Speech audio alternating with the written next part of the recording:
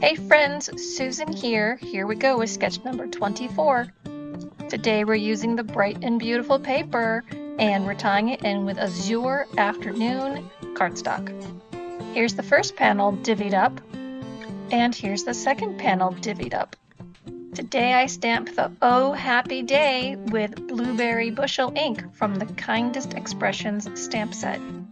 Then I used my largest circle from the Stylish Shapes dies to cut out that sentiment. So here are all our parts and pieces. Would you like it all written down? Sign up for my mini tutorials. Start by folding the cardstock in half and creasing it with your bone folder. Then I would lay out your pieces so you know where they all fit. Then move them off the card base so you can keep them in order.